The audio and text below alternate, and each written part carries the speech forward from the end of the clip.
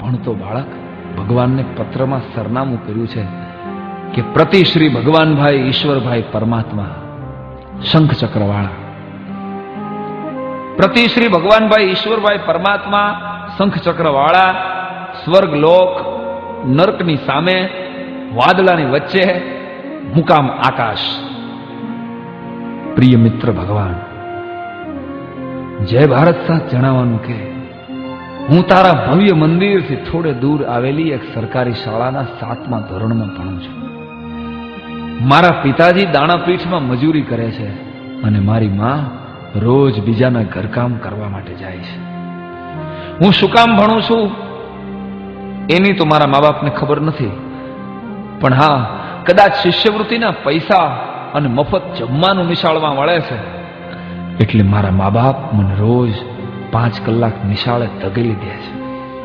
ભગવાન, 2-4 સવાલો પૂછવા માટે મેં આજ તને પત્ર લખ્યો છે, કારણ મારા સાહેબે કીધું તું કે તું સાચી વાત જરૂર સાંભળે છે. એમ કરીને બાળકે પ્રશ્ન પૂછ્યા છે. પ્રશ્ન પહેલો, હું રોજ સાંજે ભગવાન તારા મંદિરે આવું છું અને નિયમિત સવારે નિશાળે જાઉં છું, પણ હે ભગવાન, તારી મૂર્તિની ઉપર આરસ પહાડનું એસી મંદિર છે અને મારી નિશાળની ઉપર છાપરું કેમ નથી? દર ચોમાસે પાણી ટપકે છે, આવું શું કામ? પ્રશ્ન બીજો, તને રોજ 32 ભાતના પકવાન પીરસાય છે અને તું તો ખાતોય નથી, અને હું દરરોજ બપોરે મધ્યાહન ભોજનના 1 મુઠ્ઠી ભાતથી ભૂખ્યો ઘરે જાઉં છું, આવું કેમ? પ્રશ્ન ત્રીજો, મારી નાની બેનના ફાટેલા ફ્રોક ઉપર તો કોઈ થીગડું મારવા આવતું નથી અને તારા પચરંગી નવા નવા વાઘા. સાચું કહું ભગવાન, સાચું કહું તો હું રોજ તને નહીં, તારા કપડા જોવા માટે મંદિરે આવું છું.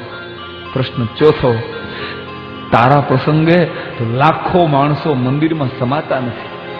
તારા ધાર્મિક પ્રસંગો હોય તો લાખો માણસો તારા મંદિરમાં સમાતા નથી, અને 15મી ઓગસ્ટે કે 26મી જાન્યુઆરીએ જ્યારે હું 2 મહિનાથી મહેનત કરેલું દેશભક્તિ ગીત રજૂ કરું ને, ત્યારે મારી સામે હોય છે માત્ર મારા શિક્ષકો અને મારા બાળ મિત્રો.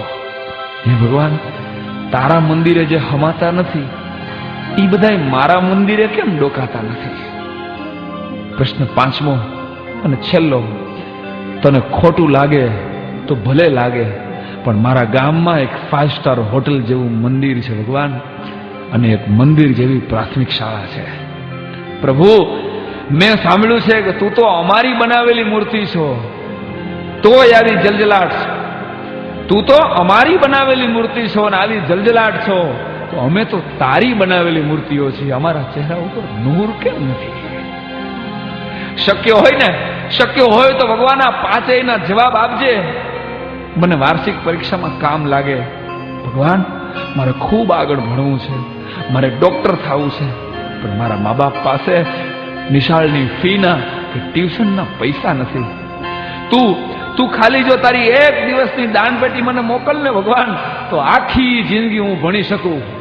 વિચારીને કહેજે દોસ્ત, વિચારી લેજે, કેમ કે હું જાણું છું તારે ઘણાને પૂછવું પડે એમ છે. પરંતુ 7મા ધોરણની વાર્ષિક પરીક્ષા પહેલા તું જો મારામાં ધ્યાન નહીં દે, મને પૈસા નહીં મોકલે, તો મારા બાપુ મને સામે ચા વાળાની હોટલે રોજના 5 રૂપિયાના ભવ્ય પગારથી નોકરીએ રાખી દેશે. પછી આખી જિંદગી હું તારા શ્રીમંત ભક્તોને ચા પાઈશ ભગવાન, પણ તારી હારે કીટા કરી નાખીશ.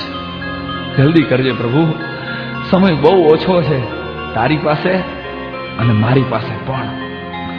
લિખિતન એક સરકારી શાળાનો ગરીબ વિદ્યાર્થી અથવા એક ભારતના ભાવિ મજૂરના વંદે માતરમ. વંદે માતરમ.